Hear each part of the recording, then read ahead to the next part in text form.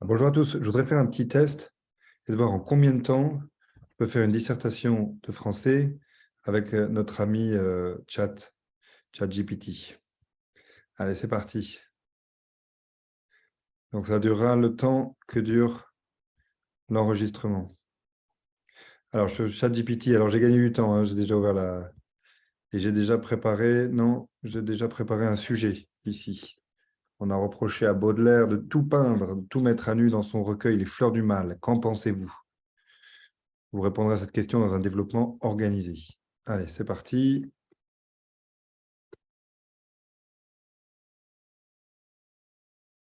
Alors, on va voir exactement ce qui répond, en combien de temps il répond.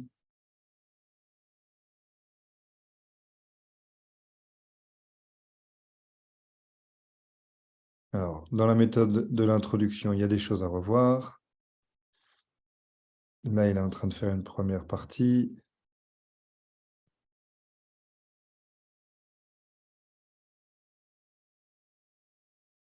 Ça, c'est pas mal. Baudelaire veut explorer les aspects les plus sombres et les plus dérangeants de l'existence humaine afin d'en extraire une poésie nouvelle. Ainsi, dans Les Fleurs du Mal, Baudelaire a le thème tabou pour l'époque. Prostitution, l'ennui, la drogue, la mort, le spleen, la déchéance. D'accord, pas d'exemple. Donc, il faut des exemples. Je ne veux pas que Baudelaire tout peinte, mais au contraire.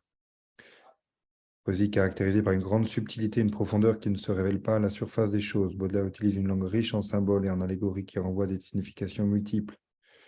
Allez, là, il y a un exemple. Ainsi, le poème Une Charente qui a choqué les contemporains de Baudelaire par son réalisme cru peut être interprété comme une méditation sur la condition humaine et la vanité de toute chose. De même, le poème La beauté, qui semble célébrer la beauté physique, est en réalité une réflexion sur la vanité de cette beauté éphémère et la nécessité de chercher une beauté plus profonde et intérieure. Toujours un petit problème de méthode quand même. En outre, Baudelaire ne compte pas de décrire les aspects sombres de la vie humaine, mais cherche aussi à en dégager une certaine beauté, comme le suggère le titre du recueil.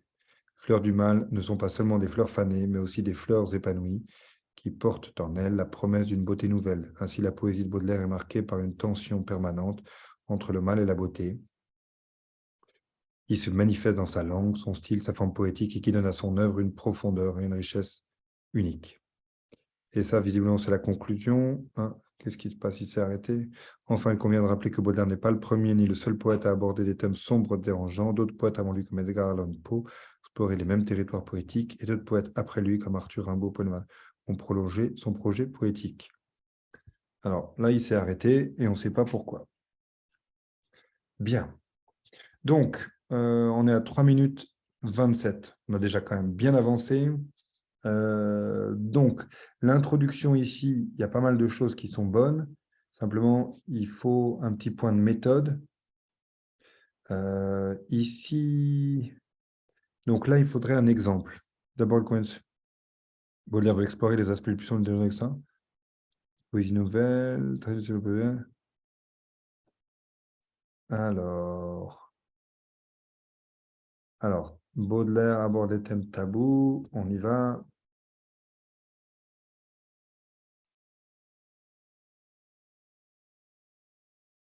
Euh, Exemple. On va voir si ça fonctionne comme ça.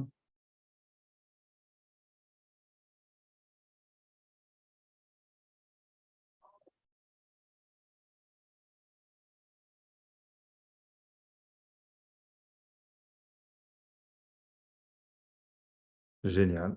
Voilà, parfait. Je vais voir si pendant qu'il travaille, on peut créer un Google Doc sur lequel on fait la dissertation. On est à 4 minutes 43. Ici, dissertation, chat, GPT, numéro 1, Baudelaire.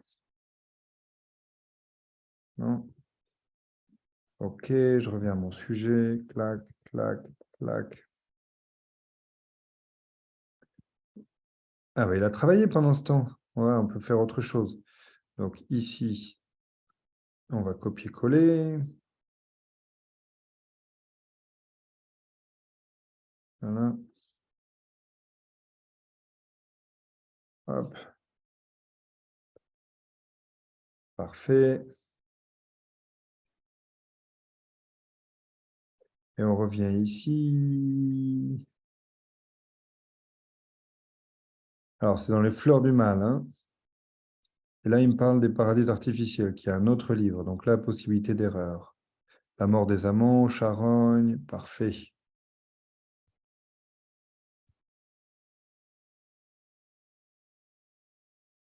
Allez.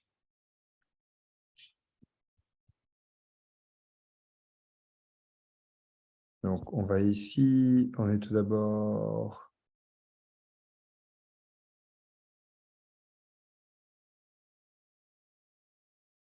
Je vais l'ajouter là. Parce que c'est dans le grand 1.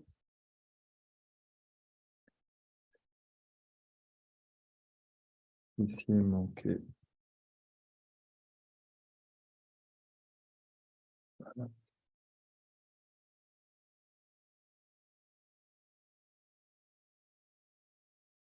D'accord, donc ça, c'est mon intro. Intro. Grand 1.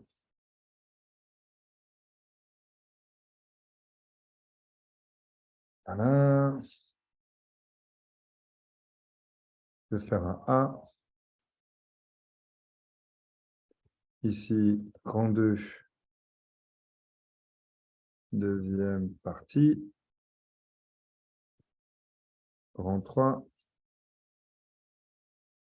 Troisième partie. Alors, donc, je reviens à ma première partie. Donc là, en fait, il va falloir que je cherche, David Cornelius le projet Botel qu'il allume. Il va falloir que je cherche 3 idées différentes pour peupler mon grand 1. À extraire des mauvais, explorer les aspects les plus dérangeants.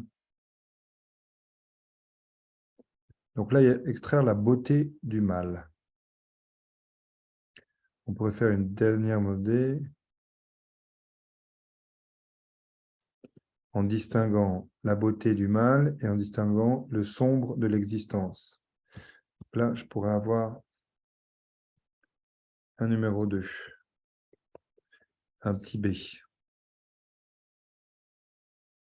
Là, plus sombre dérangeant la fin d'un extrait de poésie nouvelle.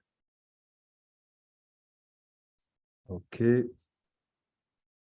Alors, on peut voir si je trouve des idées.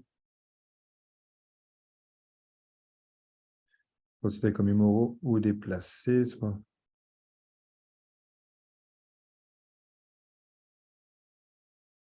Donc ça, il se répète. De la poésie. Alors là, il ne se contente pas. Ça, je peux faire mon C. Ici. Il faudrait un titre à ce grand première partie. On pourrait dire extraire la beauté du mal. On va prendre ici, mais pas très satisfaisant non plus. Ah. Après, je vais mettre une note en disant lien avec le sujet. Donc, il faut faire des références au sujet, chose qu'il n'est pas capable de faire. Il n'y a pas là de référence au sujet. On n'a pas tout peindre et tout mettre annulé. Les mots-clés du sujet ne reviennent pas. Hein, on a extraire la beauté du mal, dérangeant. Ah, donc, la question du mot-clé, extrêmement important. B ici. Donc, poésie nouvelle. Là, le problème, c'est que si on fait une comparaison les brevets traditionnels de la poésie, ça veut dire poésie nouvelle. Donc, celui-là, pour l'instant, on revient à 0.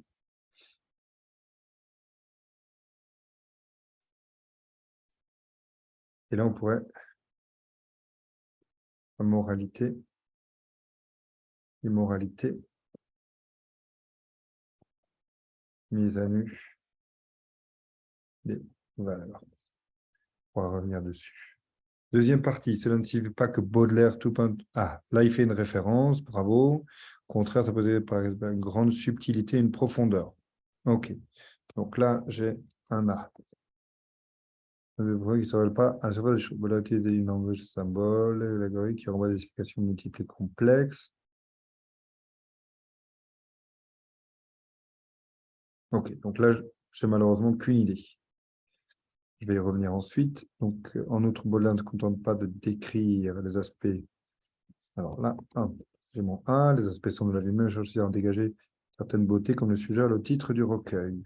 Ok, ça, mes enfants, c'est une répétition. Donc ça, on ne va pas vraiment pouvoir l'utiliser. Les fleurs ne sont pas seulement des fleurs fanées, mais aussi des fleurs épanouies qui proviennent la promesse d'une beauté nouvelle. Si la poésie de Baudelaire est marquée par une tension entre le mal et la beauté exprimée dans son nom. Ok, alors parfait. Ça, c'est bien.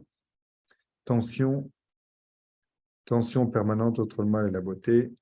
C'est bon. Ok.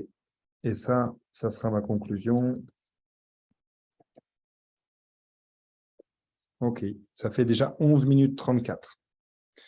11 minutes 34 et on n'a pas vraiment une dissertation qui tient en place.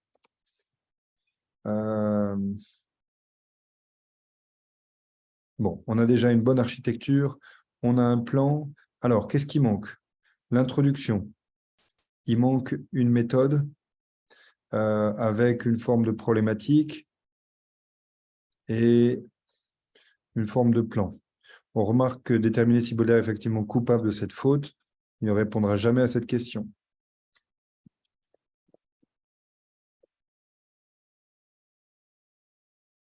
OK. D'autre part, ici, il manque un exemple. Là, on a beaucoup trop d'exemples. Il faudrait les lire et les trier. Ici, on a un grand C, mais sans idée, sans exemple vraiment. Donc à fouiller. Là, il manque un B et il manque un C. Et là, pareil, il manque un B et un C. Et la conclusion, il y a une question de méthode.